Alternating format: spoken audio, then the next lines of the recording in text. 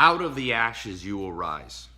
I can say that if you feel sad, lost, depressed, if your health is suffering, finances are in the gutter, social life, you're lonely, can't find it, can't find people that you want to spend time around.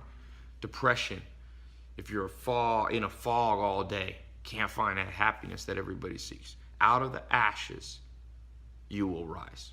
And that's it. That's at the end of the day, the quickest summary. You can look through and read books. I've read books by philosophers and historians trying to find the purpose of life. Well, as far as I can tell, no one knows exactly the purpose of life, but what we do know is that you will be tested and you can rise above the tests. The ashes represent the nothingness, everything that you thought you had burnt down, and then you rebuild, and you rebuild better. And that's the faith, hope that you must have. And if you look through history, the greatest people in the world, whether it's Martin Luther King Jr. or Mahatma Gandhi or Nelson Mandela. Think about Nelson Mandela, spent 25 years in a prison unjustly, comes out of it, everything burnt to the ground, all of his hopes and dreams, his career. He lost 25 years of his life, but out of it he rebuilds, out of the ashes something better, gets rid of apartheid, leads the fight to get rid of apartheid in South Africa, wins a Nobel Peace Prize, changes the world. Now you and I don't know if we'll get in the history books, but maybe we get in somebody's history book. Maybe it's a friend, child, a neighbor, someone we don't know. Like I said, I can't tell you. There's tremendous philosophies have been put forward as to what the purpose of life is. Some people are nihilistic. They say there's no purpose to life. Well, I'm an entrepreneur. I'm a businessman. If you start a business and then decide there's no purpose to it, it will fail. The self-fulfilling prophecy will happen. The downward spiral will be created if you say, I won't rise above the ashes. That the fact that I'm sad, lost, and depressed now has doomed me for the future. Well, then you've done what you've done. They say faith is the belief in something you haven't yet seen. This is what all those great people had. Martin Luther King Jr. said, I have a dream.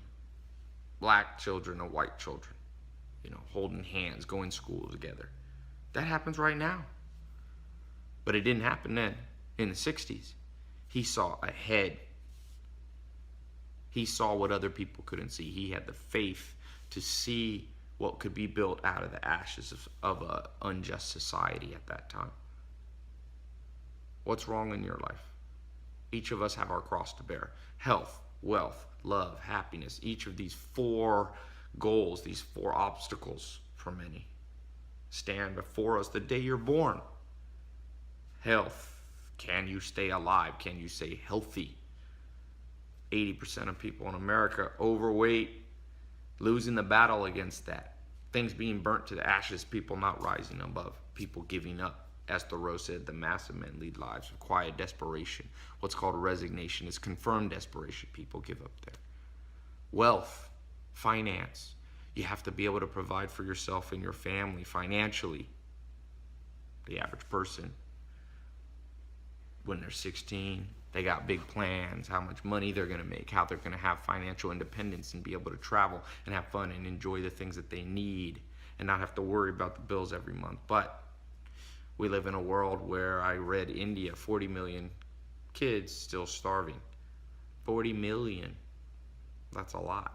That's New York City and LA and more. Out of the ashes, how do we rebuild that? It can be rebuilt. Love, social life, emotions, family, connections to friends, family, romance. Many of us, you might feel lonely. You burnt down to the ashes. Somebody you dated, married, somebody you wanted to date or marry. Friends that you thought were your friends that betrayed you. Boom, burns down to the ground. Business partner betrays you. Someone steals from you. A family member that you thought had your best interest at heart turns out to have been not such a good player in your life, taking advantage of you. That third pillar, social, might be burnt to the ground right now while you're watching this video.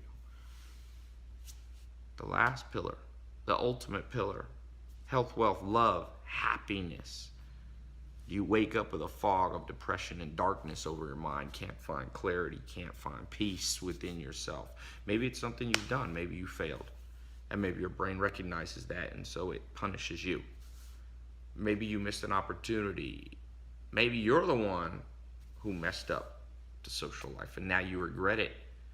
You regret losing someone, betraying someone, breaking up with someone, divorcing someone. So that fog has burnt down your happiness down to the ashes, down to the ground, and you feel you have nothing. You can rise above. People do it every day, and some people don't. And what separates the people who do from the people who don't? Well, I think it's a few things. I'm no absolute expert on finding your purpose, but I've spent a good bit of my life trying to figure out my purpose, studying mentors who understood, at some level, their purpose. And you know what they told me? One of the best things someone ever told me was my second mentor. His name was Alan Nation. He said, "Tai, you know what the definition of an entrepreneur is?" Woo. The universe, my tripod popped out. Maybe it's a sign. Sign for big moment. Nah, he said to me, "Tai, definition of an entrepreneur is somebody who remakes the world in their own image." I was like, "What do you mean?" He said, "Well, most people give up. Most people, society pushes on them their version of life. You see it in careers. People have a job they don't like. But somebody somewhere at that company is making money. That's why that company exists. So there's people working in mindless jobs, in a cubicle, in a job that they hate, in a dead-end job. And why do they do it? Because they're fulfilling somebody else's dream. Somebody has mind control over them. I'm not saying it's wrong to work for other people. Not everybody has to be an entrepreneur. But you have to feel like you have a purpose in your job. Or what's the point? Mind control. Bah, you see that. Now, what he was saying to me, well, the message he was trying to convey to me is that some people remake the world in their own image. What did he mean? I said. Alan Nation said, well, it's the image you have in your head of how things should be. And then it clicked. What he was saying is, you must be a creator. Now, if you're religious, I'm not talking about taking the place of God. But you have to create the life that you want out of the ashes. And the one beauty of the ashes, there's one beautiful thing about the ashes. When everything's burnt to the ground, when you're sad, lost, and depressed, and everything's at rock bottom, you get to rebuild from scratch. Meaning, you get to rebuild the exact and precise way you want the damn thing rebuilt. Let's say there's a house. You don't really like the house. You live in the house. It's kind of good, kind of not good. Well, it's a bitch to remodel an existing house because the structure's all built one way. If you want to change it the other way, sometimes people just knock the whole thing down. And if you're sad, lost, and depressed, it's been knocked down for you. So you could see it as a favor to you. The world's done you a favor. I know that sounds like a stretch, but it's not a stretch. You hate your job. You're sad, lost, and depressed in the second pillar of the good life, health, wealth, your finance. Well, now's your chance. Go knock it out of the park. Go work at a place that you want to work at.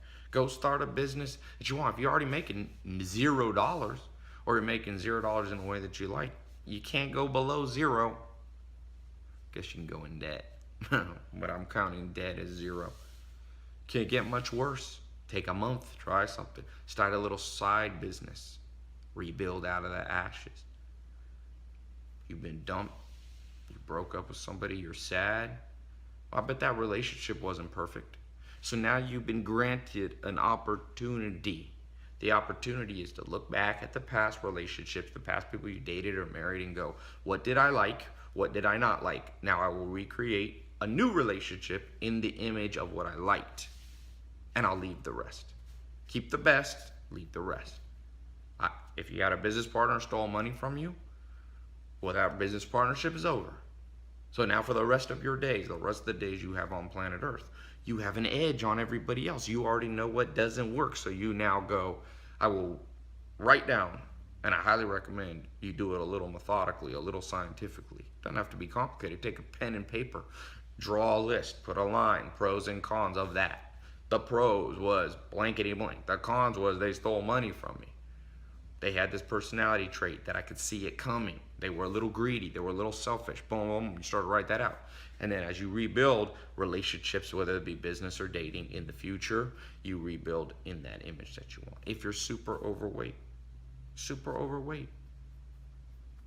well, the most in shape people I've ever met. I had a bouncer. I used to own nightclubs in North Carolina.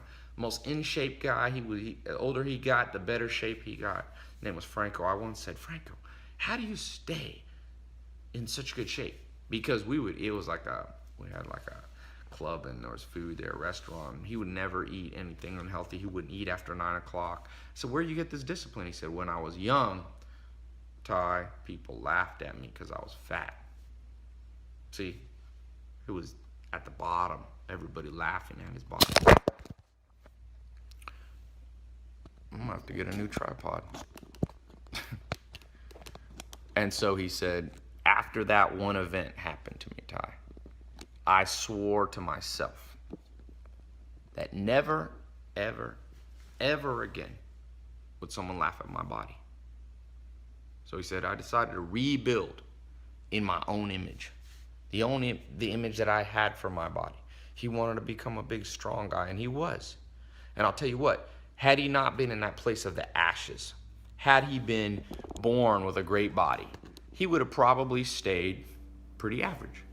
He wouldn't have that motivation, that impetus to rebuild something in his own image. I see that time and time again with people who have things come easy to them. They're lazy. You have an advantage if you're lost, sad, depressed in any area, your career, your body, your social life, your love life, your depression. You now have a chance to build in the most precise way. And I emphasize, build this bad boy with precision. Now that you got a chance, you have a chance not everybody has. I have friends that got married very young. And they have a great relationship. And sometimes I look at it and I go, wow, I'm a more logical person. Love and emotions come a little bit trickier to me. I'm more of my grandma always said I was a man's man, a little too macho for my own good. Well, that has its disadvantages in some ways. That's burnt to the ground some of what I thought. I thought I'd be married at 20, 21 or whatever like that. But I see my friends that are, and I see some pros and I see some cons. The advantage I have is I have that knowledge and experience of what I really like in a woman. And so now I can look with precision without compromising, with a real understanding of who's good for me. And by doing that, I recreate a lot of pros. Of course, there's a few cons that my friends don't have, but it balances out. And that's why I said, get excited. One of the sayings that changed my life, people always ask me what changed my life. And one of the turning points, and one of the crossroads, and maybe this video is going to be a crossroads event for you, but one of the crossroads events in my life was sleeping on this couch. Not here, this is Beverly Hills. I was in a mobile home, Clayton, North Carolina, and I remember just everything was in the ashes. No college degree. I had $47 in my bank account. I didn't have a car. I'd lost touch with all my friends. I literally, in the sense of the word, had nothing. And I read a book, and it says, when you succeed, you party. But when you fail, you ponder. And all greatness comes out of pondering. How true those words were, man. How true that was. Out of those ashes of my life, I rebuilt. And I was able to move out of a mobile home, not be in a crappy place anymore. I was able to, you know, go from a junky car to some cool cars. Maybe you've seen some of them. I was able to go from loneliness to an awesome social life. All those things. All those things. But in the moment, it just felt like ashes. And that's what you might feel like right now. You just might feel like all you have is actual ashes. That's where the faith comes in. You have to see your future before anyone else. Because trust me, you are the only one who really gonna see it. Other people, even your friends, family, they love themselves more than they love you, and that's how it's supposed to be. At the end of the day, really, you can't really blame people for that, you know. So don't get mad, you know. Don't get mad. It's they gotta build the world in their image. They have their own task to do. You can't blame them, right? You focus on yourself. You love yourself. There's an old saying, if I don't love me, who will? Meaning, if you don't take care of you, nobody will. Health, wealth, love, happiness. Rebuild from the ashes with precision. That's all I can say. With precision. What's the purpose of life? You make one up. I hope you build one that's a little bit common sense. Don't put something stupid. It can be to be wealthy. That's okay. Not everybody should do that. It's not healthy for the whole world to seek after wealth, but it's okay for some people to do it. To be super healthy. The gift of fitness is a gift that not everybody gets in proportion to others. To be a lover, to find true love and bring love into the world, whether it's through marriage or, you know, charity. That's a gift, that's a purpose. Happiness. To be so happy that every person that comes in contact with you is left with this feeling that they never felt before. That could be a purpose. Or maybe you combine, maybe you're lucky you can pull off all four. Boom, God help you. You can get all four, man. Be my mentor. Be my mentor. I've seen people get all four. My first mentor, Joel Salatin, he got all four. Health, wealth, love, happiness. You know, he's like 60s, healthy. He's a multi-millionaire. Love, friends, family. He's married to his high school sweetheart. He's got his children. He always told me, he said, "Ty, my vision for my life is to have my children and my grandchildren all on my farm." He's a farmer. On my farm, and you know, my grandchildren playing around my feet every day, asking me questions, and he pulled it off. He told me that before he had grandchildren. He told me that when his son was only 12, 13 years old. Now his son gave him 3 grandchildren. Happy. He's a happy guy. He laughs louder and harder than almost anybody I know. He's a special dude. Not all of us quite pull that off. Just like not all of us could be Nelson Mandela or, you know, Mahatma Gandhi or whatever. But you know, you start acting with precision, you'd be surprised how much people underestimate what you can do. You'll be surprised. I get people who hate on me, and sometimes you act with precision. Those people end up, there's a saying I have, hustle till your haters ask if you're hiring. Those people become your biggest fans. You had the last laugh, you know? So, out of the ashes, you will rebuild. Rebuild each area. Sit down, you know, this is here in my bedroom here.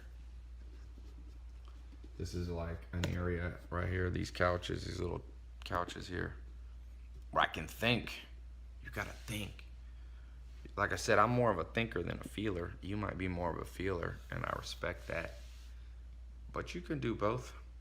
I have to learn to feel a little more, be a little more emotional. You might have to learn to be a little more logical. That logical approach is powerful, especially when it's combined with the emotional. You take those two, you have the 2 levers that can lift any obstacle. Emotion, logic. Logic is the tool, emotion is the motivation. Logic is the tool, emotion gives you the courage and the heart to do it, gives you the passion to lift that thing up. And I'll tell you, life and the ashes in society will rob you. It'll usually give you one and not both. If you're emotional, it'll let you have that emotion, but if you're too combined it with a little logic, people start to drag you down.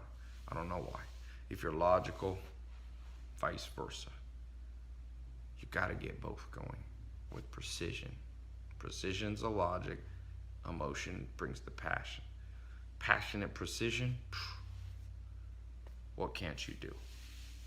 What can't you do? I think it's Elon Musk, the billionaire, who started PayPal and Tesla and he's putting humans on the moon, Mars now. Actually, it wasn't him, sorry, it was Steve Jobs, Apple. Steve Jobs said in one of his final speeches before he died of cancer, he said, as you grow older, you will discover this whole world built by people not really smarter than you. A few things. Nuclear fission or fusion or power. Maybe that's people, but for the most part, it's just people who had passion and had the precision to rebuild out of the ashes. So I hope today, if you felt lost, if you felt sad, if you felt depressed, you'll remember that quote that got me off my couch. When you fail, you ponder, and all greatness comes out of ponder. All reinvention, all creation, all rebuilding comes out of the ashes, the failure. Now, I don't suggest you fail on purpose. In fact, resolve to fail less. Make this today that big crossroads event where it's like, boom, can't get worse than this. And it might not be in all 4 areas. You might be doing well in 1, 2, or 3. Promise you. There's one that's weak. Almost everybody I meet, unless you're like my first mentor, which I don't meet people like that for a decade. I would guess you're like me, and we have our one weakness area. Maybe it's your health. Your body just can't keep in shape. Make that your mission to fix. Make that your mission to fix. You must use your force of will to fix your weakest part. Now, you don't necessarily want to build your career on your weakest part. You want to build your career, like Peter Drucker says, on your strengths. But I'm talking about to round out and get rid of feeling lost, sad, and depressed. That usually comes because your brain recognizes, and you can't fix this, that something's wrong. That's what depression is for the most part. There's different versions, but for most of us that don't suffer with severe depression, but gloominess and cloudy brain and lack of happiness, it comes from your brain going, something's not right. You know, you look in the mirror, you feel a little sad and depressed, your body's telling you. We have what's called a DNA imperative. Our DNA from tens of thousands of years ago, hundreds of thousands of years ago, the memories and the whispers of your parents and your grandparents and your great-great-great-great-grandparents passed on to you through the DNA, child to child to child to child, parent to child to parent to child, on and on and on. This cycle goes, and it whispers into our ear, and it says, you gotta fix this. You can't be so alone. You can't be so broke. You can't be so out of shape. You can't be so sad and depressed. Fix it, fix it, fix it. That's what you have to hear. That's the voice you hear. When you hear that voice, fix it, fix it, fix it. And then you do, and you do it with precision and passion. Precision is the tool. You read books, you get mentors, you go to conferences, you invest, you go to seminars, you begin to ask the wisest people, you watch YouTube videos of smart people. You surround yourself with people 10, 20 years more knowledge than you have. That creates the precision, the skill. But at the same time, you never forget. And that's where the passion comes from. The wealthiest people I know, they can point to a time when they were broke. And they never forget that. And they go, I ain't never going back there. And that passion is the fuel, is the motivation that keeps them doing the precision logic stuff. It's the emotion that fuels the logic. Man, just trust me. Power comes.